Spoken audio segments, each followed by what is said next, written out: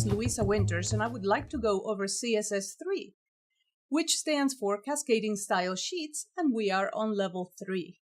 We are going to go over CSS3 using also HTML5. And while this video is not about HTML5, it is impossible to see the results of the CSS changes without having some knowledge of HTML.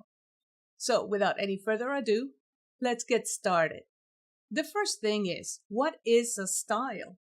Well, to just use something that you are familiar with, you change styles in Microsoft Word all the time. You can select a sentence, a heading, or whatever it is, and then you can change the style to be a paragraph, to be a heading, or to be a list, or anything else of formats that are preset by the program itself or that you created.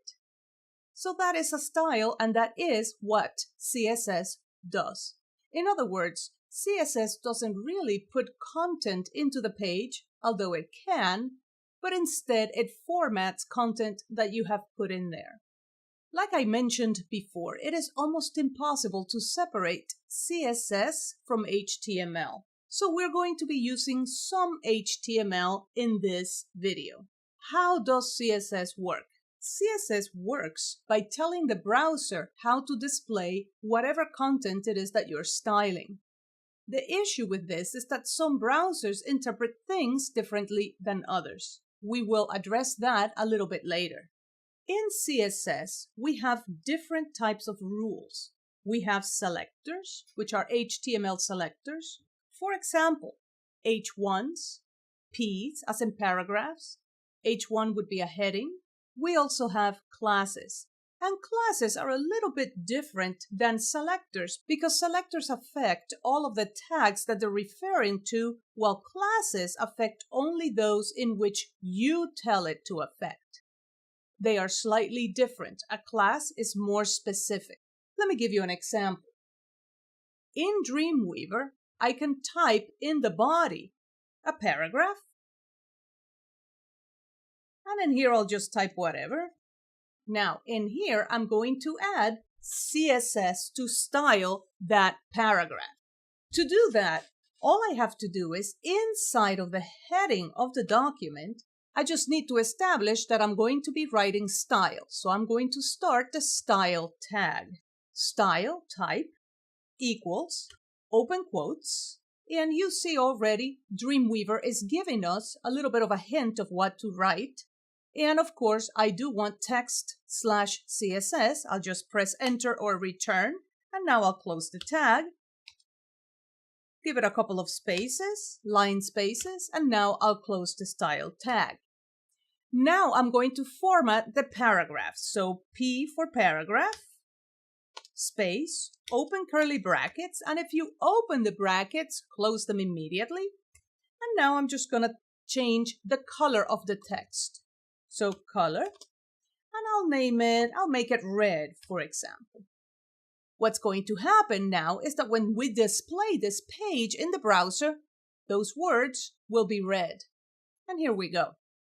I'm going to create a folder on the desktop, and I'll just call it New Website. I'm going to save this page as index, and there you go.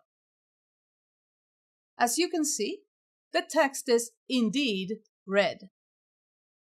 That is a selector. In other words, any paragraphs that I write in this entire page will be red. But what if I want one of the words to be green? Well, I'll start a class. So .green, open curly brackets and close them. And now I'll just do color, green. What I need to do now is I need to establish who gets this class. Which one of my elements, and I only have 6 words, but which one of them is going to get the class, i.e. is going to display green. To do that, I'm going to start a span. Type the word span. Now I'm going to give it a class. You can see how Dreamweaver is already giving me the hints. So class, which class? I only have one, so green it is. I'll close the span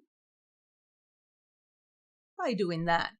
The word whatever now will be displayed in green. I'll save it. I'll go back to my browser and refresh the page. And as you can see, the word whatever is indeed displayed in green. So a selector affects all of the items that have the same tag in the HTML, while a class only affects those who you, the designer, applies the class to. There is also an ID selector. An ID selector is kind of sort of the same as a class, but you can only use that ID once per page. There is also a universal selector. The universal selector is a stand-in selector that applies to everyone. The different parts of the CSS rules are the selectors, the properties, and then the values. You can see that in Dreamweaver. The selector, in this case P, the property, color, and the value, red. Let's go ahead and get us started creating a page. I'm going to go ahead and delete these two for P and for green. And I will also delete the text that we've done in the body. The first thing that I want to do is that I want to add structure to the page. First structure, then content. I'm going to change the title of the document to structure. And here we go. My document is going to have several sections. I'm going to put everything inside of a big container, so I'm going to create a class for that. So dot container, open the curlies and close the curlies. I'm going to create the classes first, and then I'm going to apply the values. After that, I'm going to have a header. So open curlies, close curlies, and I'm going to have a navigational bar, which I'll call navbar. By the way, all the classes are going to start with a period. After that, I'm going to have a sidebar, which I'm going to have on the left of the page. And I'm going to have a main content. And then finally, I'm going to have a footer.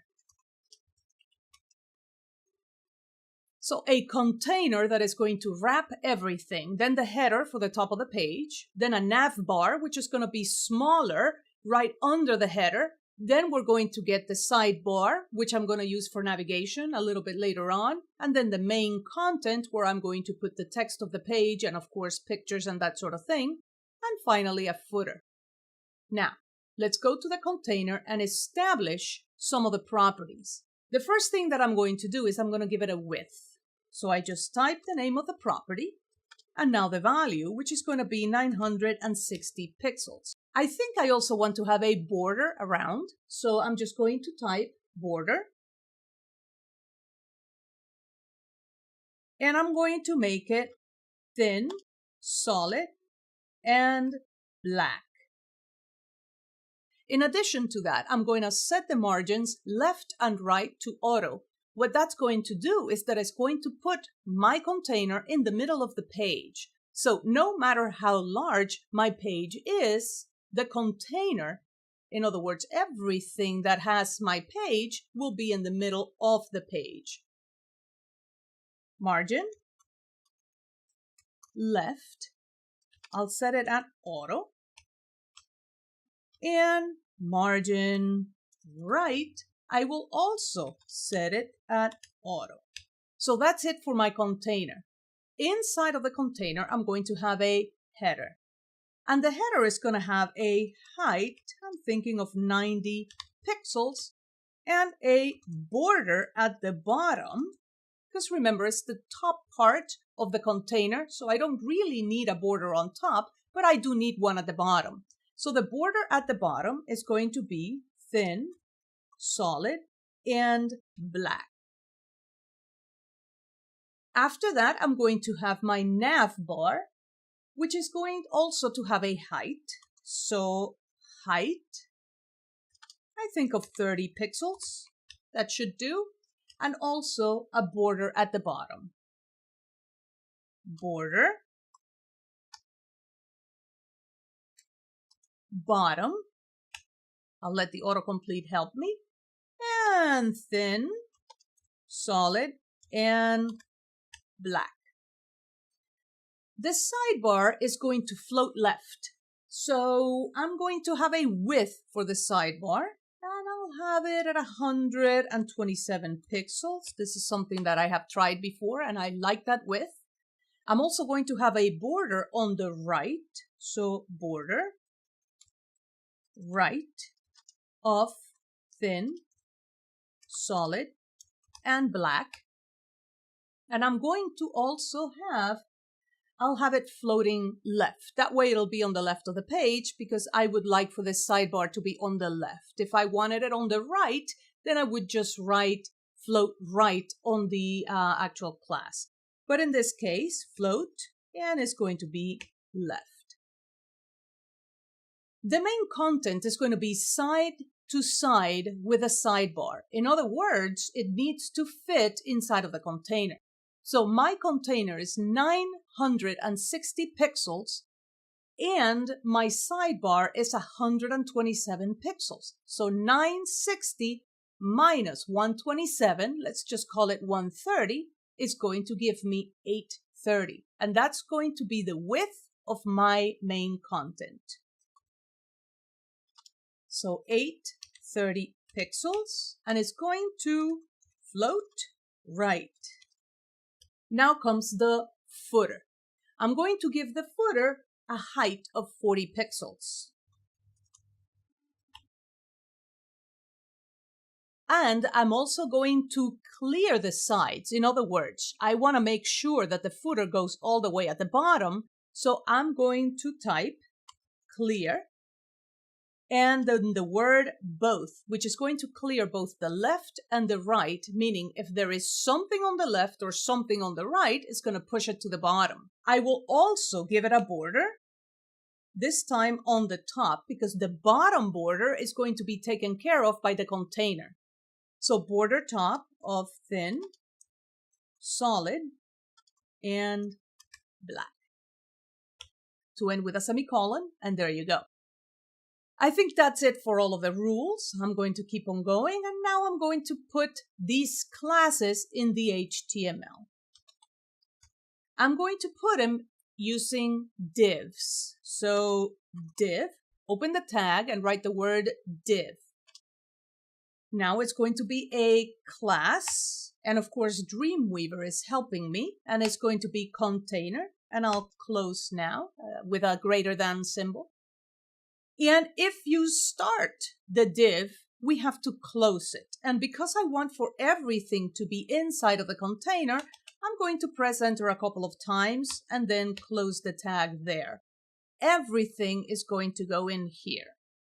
And by everything, I mean all the other classes. Obviously, we're going to add lines. After that, I need another div. So div, class, and this time is going to be the header. I'll close the tag like that. So there's nothing inside of the header. So just div class header. And notice how it's written. So div space class equals, and then in double quotes, the name of the class without the dot. After that, I'm going to put the nav bar. So div class. And of course, the nav bar. And I'll close it right away.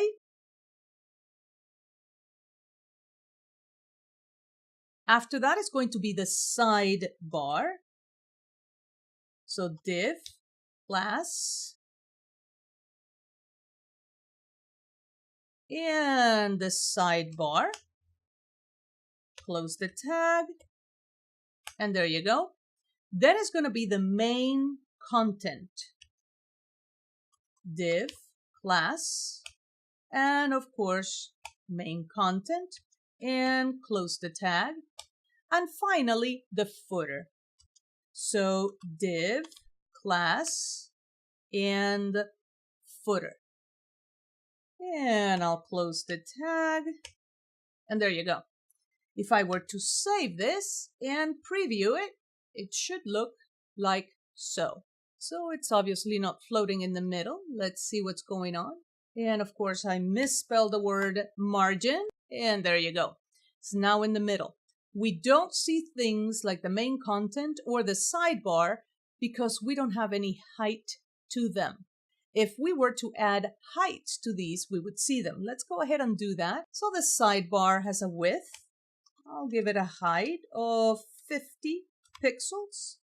And I'll give the same to the main content. And of course, we're going to delete those a little bit later. But this is only so that you can see. Of course, we don't have any content inside of the sidebar or inside of the main content, so nothing sees.